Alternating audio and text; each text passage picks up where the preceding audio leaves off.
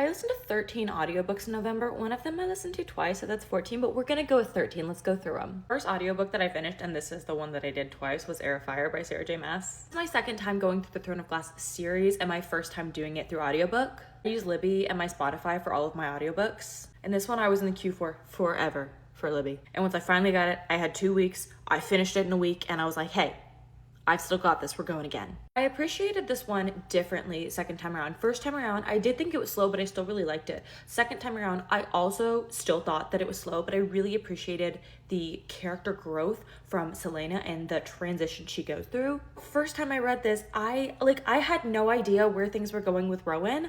I didn't feel like we got a lot from him. And listening to it again this time, I don't feel like Rowan gets a lot of character development. Like, when I get later in books, I'm gonna reevaluate that. But this one, I was like, this guy's so bland. I'm not trying to make that a hot take, but like, Manon is the star of this book. My next audiobook was We Should All Be Feminists. I think this was under 2 hours. It was fantastic. I can't remember the Beyonce song, but there's a Beyonce song where there's parts of this in it. So good. If there's someone in your life who is unsure of feminism, this is such an easy listen. Like, please send them this. I just thought it was an incredible description on so many different fronts. This is maybe my 5th or 6th month in a row where I've had some kind of audiobook by Peter Enns.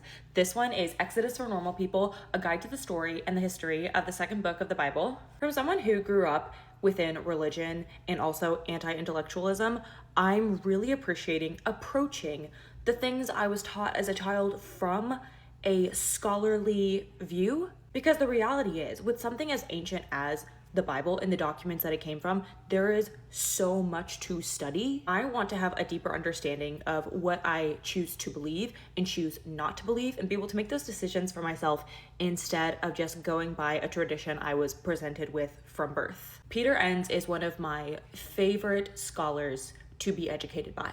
I don't know how many more books of his that there are for me to go through, because I'm going through them like a wrecking ball, but I'll probably have another one next month. My next was On Juneteenth by Annette Gordon-Reed. I've been trying to listen to one Black history audiobook a month to become better educated, better informed, and something that I've really loved about them is how interconnected everything is. Like, I started this one thinking it's just going to be about Juneteenth and its history, and yes, that was the overarching theme, but there is so much more context that is needed to get to that point. And I thought this was so well done and informative and tied everything together in a way where it actually felt married, which with history books, because everything is so overlapping, it doesn't always have that feel. This I thought was so well done. Next, this was my first Elena Ferrante book, The Lying Life of Adults. I'm not sure exactly what genre of fiction this would be. I would maybe think lit fic. And I can't do a lot of books that way because they just drag me down mentally. And it's because of the realism aspect of it. Like, my most listened to audiobooks of this year, I just got my Spotify Wrapped, were history books. But for some reason, lit fic and being in someone's mind as they're going through like realistic situations in life drags me down so much more than history does. So well done. And I thought the point of view of the character was so honest, did not feel like a caricature at all, had so much depth, and the character development over the years of this book were honest. Nothing felt forced. All that being said, this was just a downer for me. My next audiobook was Church Camp, Bad Skits, Cry Night, and How White Evangelicalism Betrayed a Generation by Kara Meredith. Now listen, I went to a Christian sports camp, one of the ones that's mentioned in this book, as well as just camps with my church and youth group every single year growing up.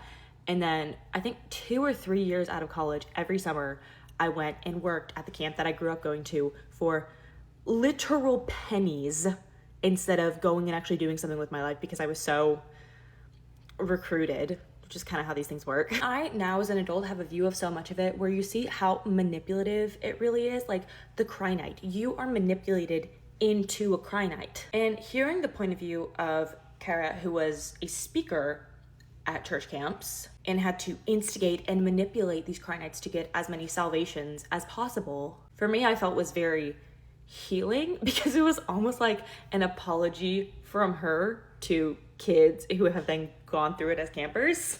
I would have liked more on the capitalist aspect of church camps, which she does go into a little bit. I think that probably would be a different book. My next audiobook was The Cellist of Sarajevo by Stephen Galloway. The reality that people were living through at this time is actually just like so fucked. Like the sense of fear and hopelessness, and this cellist in this book trying to give some sense of hope and stability to the people of Sarajevo. Beautiful story, really sad. I hated this so much. I only gave it 1.25 stars because of the final chapter, My Year of Rest and Relaxation by Otessa Moshfegh. I have been told by so many people, do not read it, you will hate it, it's awful.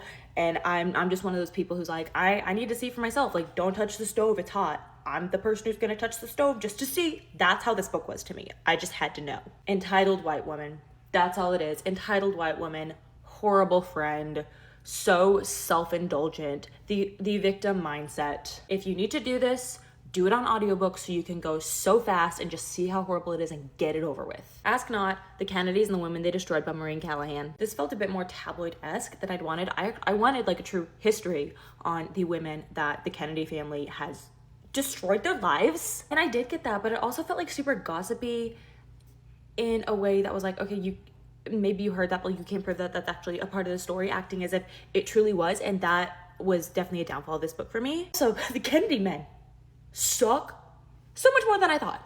Of course I knew they did, but the level? My next audiobook was Ordinary Men, Reserve Police Battalion 101, and The Final Solution in Poland, Christopher R. Browning. This is about a battalion of ordinary men who carried out the work of the Nazi Party.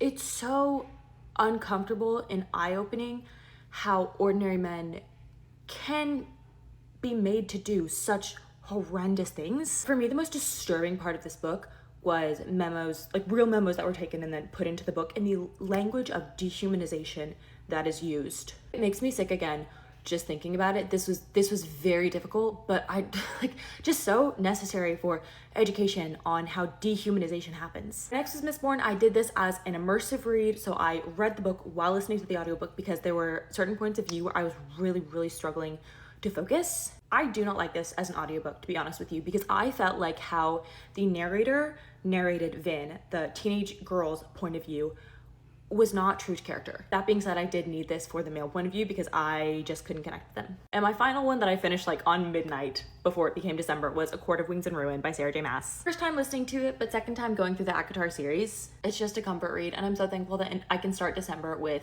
A Court of Frost and Starlight.